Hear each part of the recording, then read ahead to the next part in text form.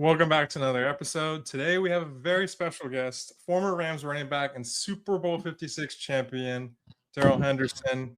Welcome. What up? What up? What up, Glad everybody? to have you. So first I want to talk about like your football background. Like what first got you interested in playing football?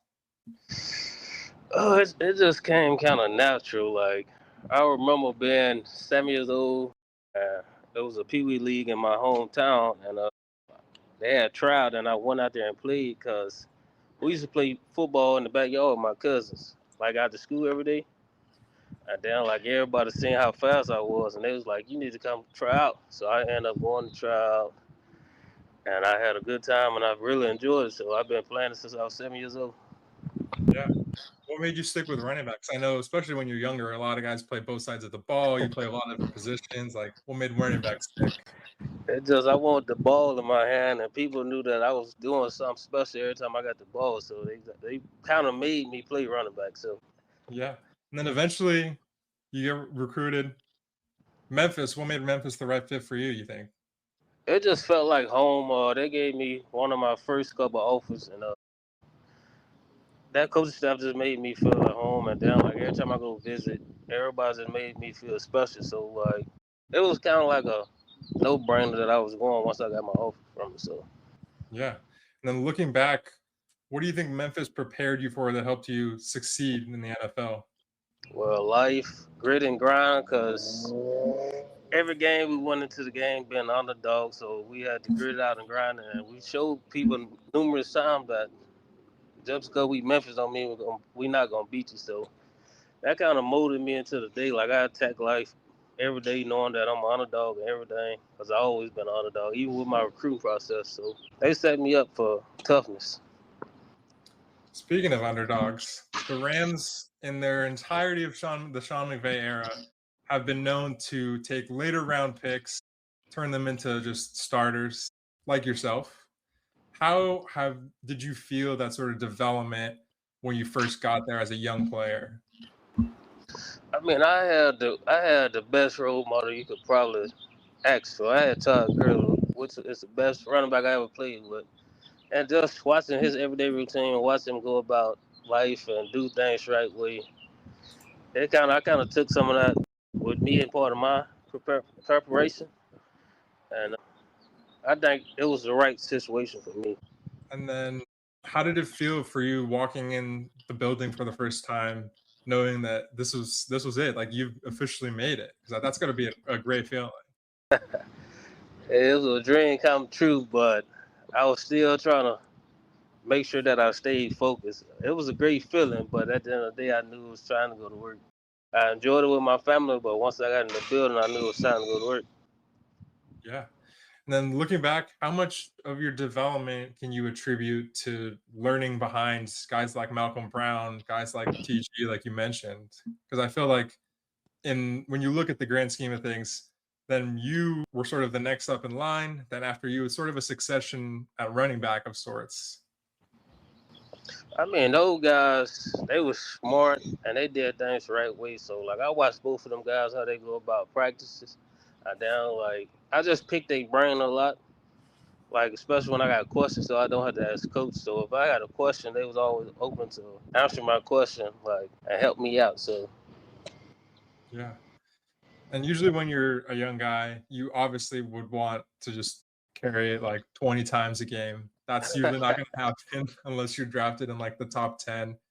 How yeah, important was patience to you in this whole process? Because I think that that's something that is important when you're part of a committee, like you mentioned.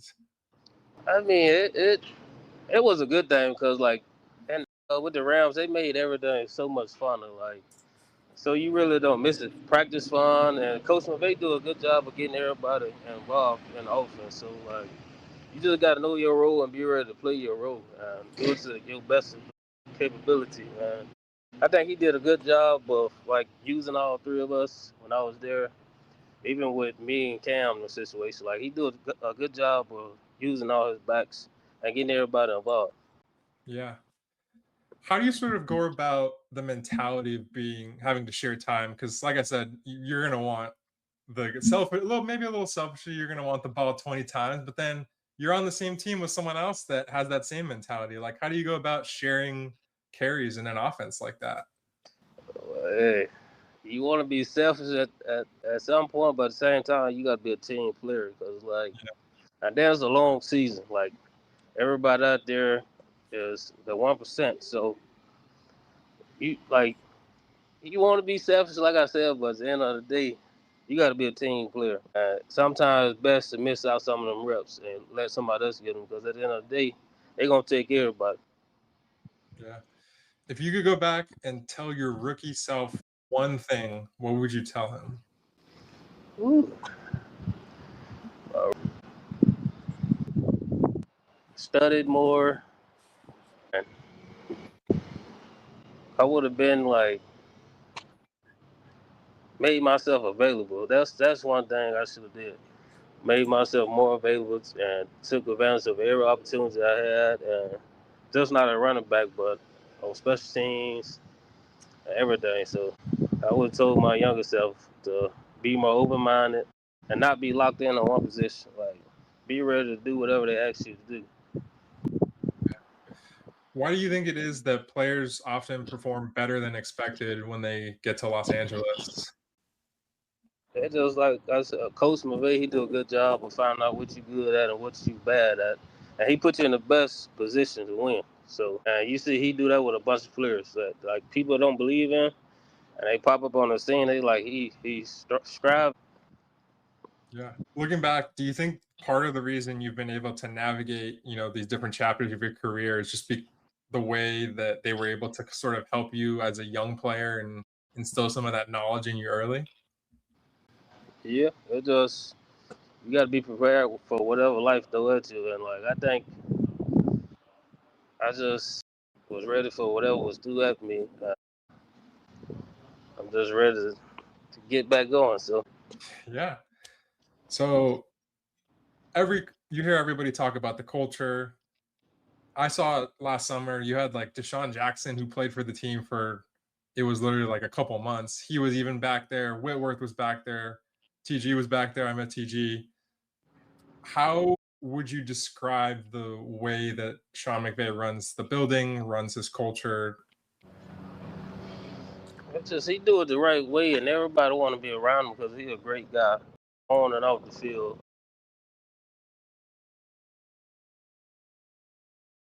So Right. what in particular would you say, like, is it just the coaches are really great? Would you say that it was, the development that you felt like they really helped you as a rookie? It's just the coach, like I said, coach put us in. I've heard very positive things from every single person about the Rams organization and the way that they run things. So I was just wondering what that looks like from your perspective, from your time there. With what accountability? Just accountability, coaches, that sort of thing. I've heard all those sorts of positive things from different people. Well, man, it's football. You gonna have mistakes, Yeah. but he rather us make the mistakes at practice, and we can fix them. To mistakes, so yeah, you gotta hold yourself accountable because you're supposed to learn from it.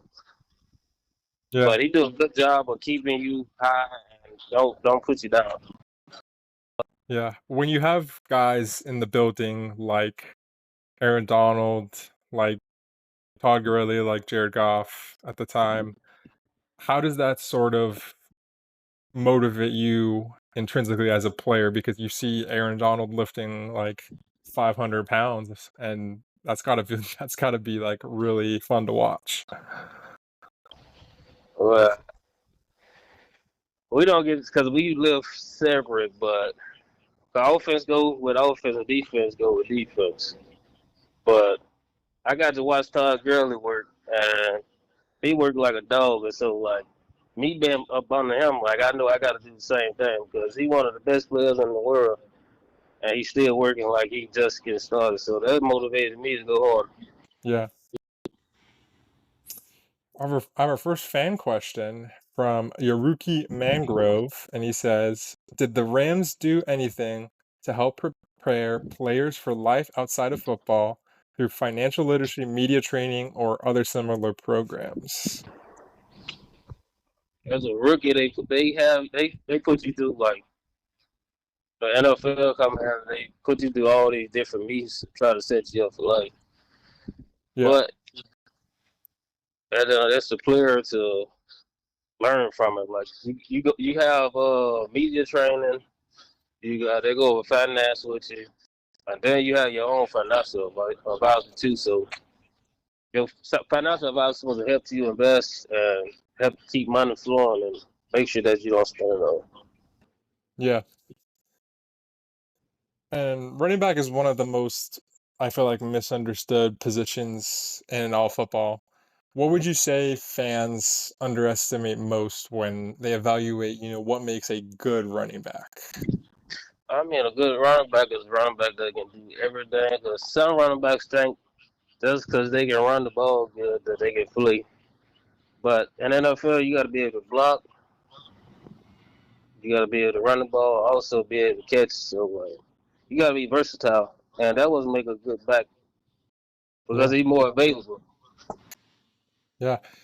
How about our next fan question? At what level of football did you realize that your blocking ability could become one of the things that set you apart from others? Really, it didn't hit me until I got to college, and my head coach Mike Neville, he did a good job of putting me in position to like thrive and to succeed. And like me just being at Memphis, once it just helped me. Like I think that's the best thing that ever happened to me in life. Yeah. And what would you say like your training looks like to for blocking? Obviously, it's some sort of strength training, but I feel like is it just reps when you look at like pass protection, where guys are coming from, whether it's a blitzer, whether it's another loose defensive lineman? Because I feel like training vision as a running back is something that you don't really hear guys talk about because it's mostly just like, speed training, agility, that sort of thing. I mean, when it kind of pass protection, you gotta identify your threat, and then you gotta know like who the offensive line going to, and who you responsible for. But it's really no training to pass protection. You just gotta be willing to do it. Coach McVay has said that he asks a lot from his running backs. What responsibilities would you say that your general fan probably overlooks? I mean, it just Is it pass protection? pass protection. Yeah. Cause I got better as I got more on in the season. Like my rookie year, some of the blocks I made year 3, I probably would have made year 1. But Yeah. it just as you mature and you learn how things operate, Yeah. it slow the game down a whole lot. So Is there a guy in particular that you ever got hit by that you were just like, damn? nah, we hit each other. Yeah. And then we have our next fan question. How did you become so comfortable catching wheel routes and passes out of the backfield? Well, that go back to my Memphis days. Memphis did a good job of showing my versatile. I did a bunch of wheel routes, a bunch of catching out the backfield, even quarterback passes. So like they helped molded my game to the NFL. So that's why I was so comfortable.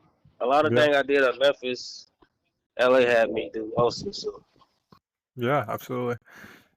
And you entered the league right before literally one of the strangest periods in NFL history, pre-COVID.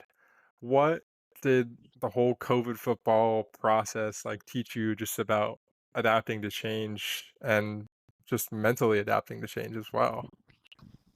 COVID was actually kind of fun because like it was quiet in the stadium. Like you had to worry about the other fans, like fan noise. So it Yeah, kind of helped third down become easier because third down, the crowd loud and you got to listen to all these protection calls. And it's kind of hard to hear because the fans going crazy and you trying to lock in and get a call so you know who coming. yeah.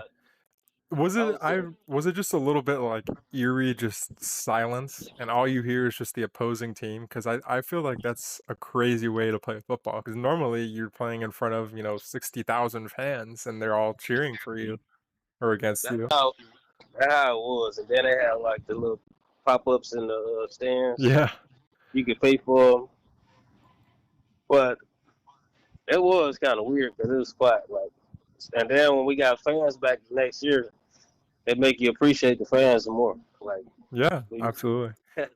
And then next year was when you guys won it all. So championship teams, speaking of championships, aren't usually built during the championship season.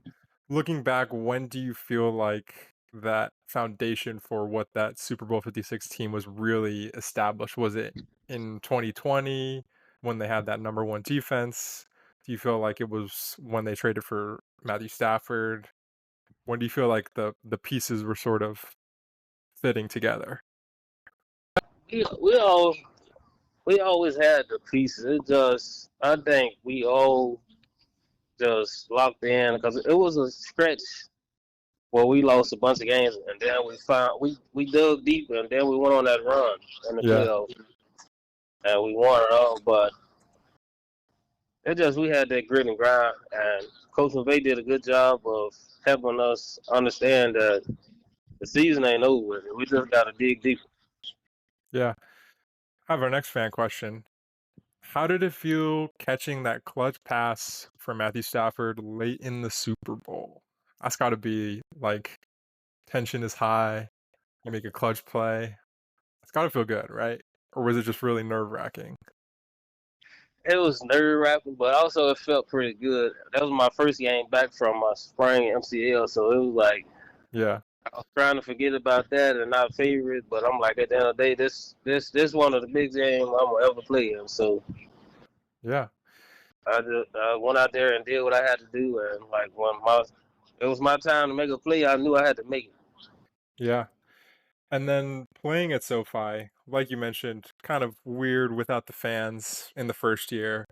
And then next year, you guys go and play in the home stadium, technically, even though the Super Bowl was there already. Was that just sort of a crazy feeling to go from no fans to winning the Super Bowl in there? It was like I said, it was weird playing with no fans because the game it was so quiet and like all you hear was the opposing team talking, you talking back. And then when the fans in there, you realize that they make a big difference. It was just good to have our fans back to root us on. Yeah. Moving on to another fan question.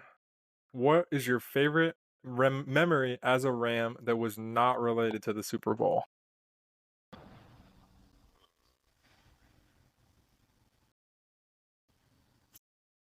I'll say when we was in Philly during COVID year, I had one of the biggest games of my life. Yeah. I had it going for a minute. And then we got a couple other fan questions here. Who was your favorite teammate of all time? College or NFL? There was a lot of I can't even pinpoint one. So You can give me a couple. Shout them out. Shout out. uh, Cam Akers, Todd Gurley, Malcolm Brown, Robert Rochelle, Bobby Brown, Tony Pollard, Patrick Taylor.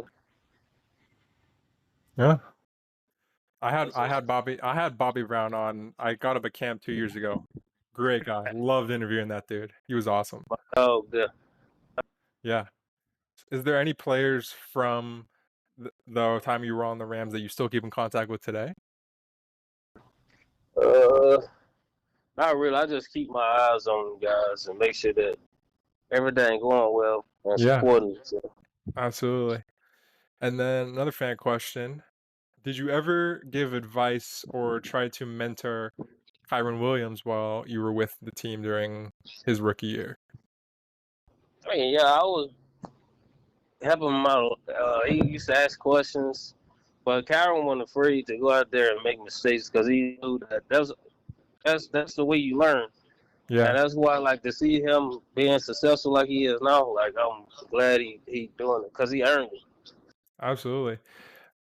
That's why I think it's very interesting the way that they run the running back system. Like I mentioned, you were sort of waiting behind Todd Gurley, then it was your turn, then Cam was sort of waiting behind you. Now then then Kyron was waiting behind you, then it's Kyron's turn, then it was Blake. So I feel like there's sort of just like a whole like next man up mentality when it comes to running back almost. It's very interesting.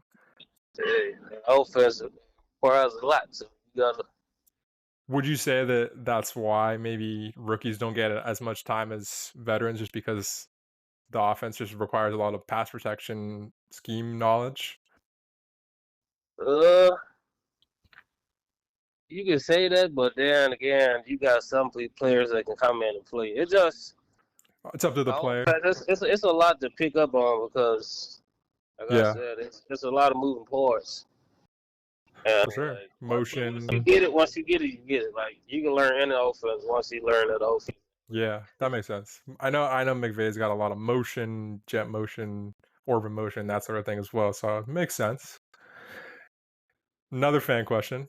What did returning to the Rams in 23 feel like? And what was going through your mind after scoring that touchdown against Pittsburgh? Whew, that was that's top five, one of the best moments in my life too. Like when I got the call, I was in Green Bay actually. I was visiting them, getting ready to work out, and the doctors was telling me how much they wanted me there. And then my agent called me. He's like, "I got good news for you. You going back to LA?" Yeah. And it was like the fans flooded my DMs and they flooded my social media. Hopefully all good things. I know that's not how the internet works, but Like they knew before I knew. yeah. And then what were your first impressions of guys like Puka Nacua, Byron Young, Kyron Williams, and Kobe Turner when you first arrived? Because that 23 draft class is like literally some of their best players now. Puka Nacua, Warren McClendon, Byron Young, Kobe Turner, like those are some dudes today. Just they like everything that they got going right now, all success, they earned it. Like those guys came in and worked and blocked out everything, and that's one of the best classes they don't drafted. And all those guys signed. So Yeah. What's one thing fans would be surprised to learn about you? I can cook. Really? What's your favorite thing to cook? I really don't have a favorite. I cook everything. Like I used to have people over my house for Thanksgiving. I used to cook when I was in the place. So That's cool. Do you feel like there's some sort of like like when you're a player, obviously you got to stay on your nutrition goals and everything. Do you ever like splurge and cook something like really bad for you, or do you kind of just stay like within your like chicken and rice almost? yeah, nah, I don't too much food with that. I just because I got a family too, so I got to cook for them, not just me. Yeah. I got kids and stuff, so I had to cook what they want basically. And I was eating at the facility, so I just had to come home, make sure that I got prepared dinner for them, but I'm full already because I ate at the facility. So Yeah. What's the most random thing you've ever spent one of your paychecks on? Whether that's a splurge or just something like fun.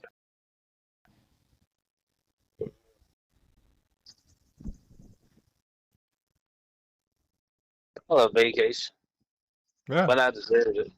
Hey, I remember splurge. going to Hawaii. Yeah, if you splurge on something like that, that's not really a splurge. Like, you earned that. Yeah, that's about it though. What's your go-to cheat meal? Woo! Tacos. Tacos? That's crazy because literally the next fan question I have that was submitted for you was, what's your favorite kind of taco?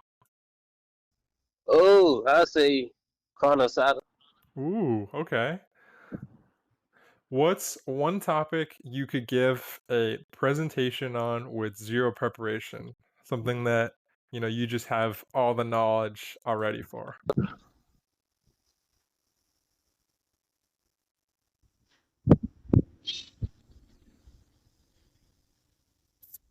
Oh, trick question. I've heard some guys say anime, video games, golf. Yeah, like Madden. Yeah, I know everything about Madden. When it comes to football Okay. games, Yeah. people hate playing me. When you first like picked that up as soon as you were in the because you were in Madden 20, right? Was it 20? Yeah, I always forget because the years are always different. How crazy of a feeling is that to see your name, in the game and your picture and everything like that? Because I feel like that's got to be so cool. it was kind of weird, but it's like, and then the picture is like that ain't me. But Well, their scans are not. We know their scans are not great, but I know that at least they have their name and they have the little photo of you. it was pretty cool though. Like I'm like, wow, I really made it. I'm on the video game. Yeah. I know I've spoken to some college guys, they just got the whole college football thing, which is the same thing, and they're just like, "Man, I grew up playing Madden, and this is crazy just to see." So I think it's so fun, like to just see that as a player. I'm sure. Yeah, it is sure. It's So really addicting. yeah, so most people see action on Sundays. They don't see all the different months in between. Like, what does your life look like right now as you continue to pursue another NFL opportunity? Right now, it's just grinding nonstop, making sure that when I get a phone call, that I'm able to like go out there and perform and do what they ask me to do. So right now, it's just grinding. Yeah. And what motivates you intrinsically to just keep investing in the process every day? It's just I got two boys, so I know that they want to see their daddy play ball. So like I can't let up and let them not see it. So like I Yeah. just take that to and then hold myself accountable. Like I'm Yeah. gonna make it. And how would you say personally you deal with repetition? Because that's such a big part of being an athlete and working out in general, just for anybody. It's just repetition. You get your reps in, you work out, the same way maybe every single day. Like, how do you deal with finding joy and interest in repetition? Call it dog food. So like dogs eat dog food, and you ain't gonna like a dog. When you mess with a dog when they eat, that dog will bite you. Yeah. They aggressive. So I like when I lift, and my trainer be like, "You think you can lift that?" I said, "It's dog food." And I get up on and show them, and then like that also help motivate me. Yeah. That's great. I never heard that. That's awesome. You I've gotta heard be I've heard aggressive. I've heard dog work. I know that was a thing around the Rams building for a while. Dog work with Coach Henny. I call it dog food. Throughout your career, you've had to earn things between not being picked highly, learning behind veterans, eventually becoming a starter. Does this time now feel sort of the same way that you sort of started over and this is something you have to earn? I'm just being patient. I know that when the time comes, it's gonna be the perfect time. So like Yeah, you don't want to rush into a bad situation. So like I just know that I'm gonna keep working, and then when I get that phone call, I know that it's perfect time because it's God plans. So I'm just sitting there and waiting on Him. for sure. And how do you avoid, frustration or disappointment and just staying focused on your work? 'Cause I think that that's important in life in general. You gotta put your head down and keep going, no matter what happened in life. And Yeah. that's with life too. Like things come at you that you least expect, but at the end of the day, you gotta keep working because I got two little people depending on me, so I can't get frustrated. Mhm. Absolutely. I gotta stay in a positive mind because they see what I'm going through, and I don't want them to see me frustrated. Yeah. Have you learned anything about yourself during this chapter of your career that you didn't know earlier?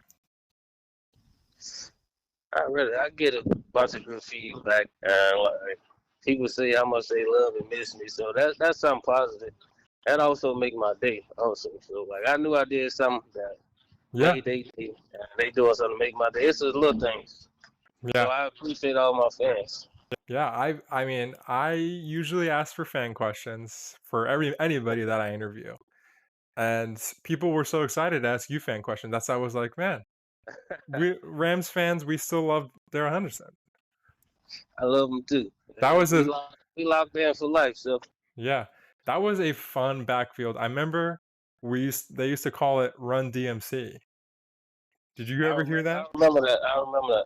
Yeah, so that was just a fun backfield to watch. Obviously, it makes it even better that you guys won a championship. So, if an NFL team called tomorrow, what version would they be getting?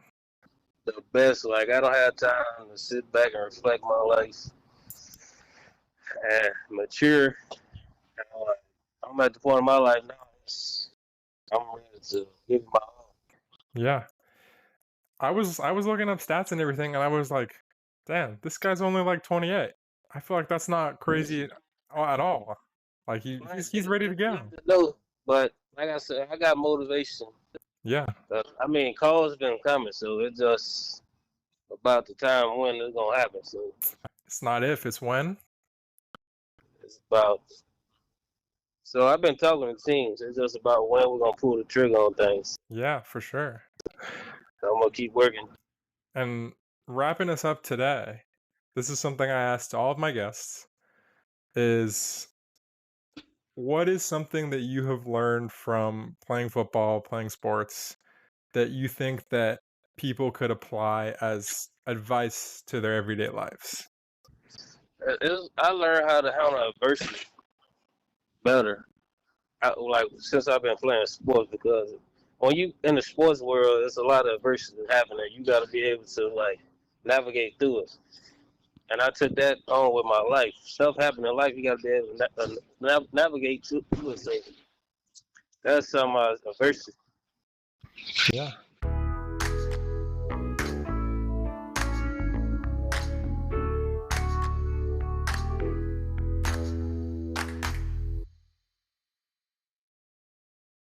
Thanks for watching. If you enjoyed this episode, make sure to follow along so you don't miss what's coming next. New episodes are dropping at least bi-weekly with more players, draft prospects, and guests all offseason. Follow me on Twitter, TikTok, and Instagram at Football by Nico. And if you made it this far, share the show with someone who loves LA football. Appreciate you for listening.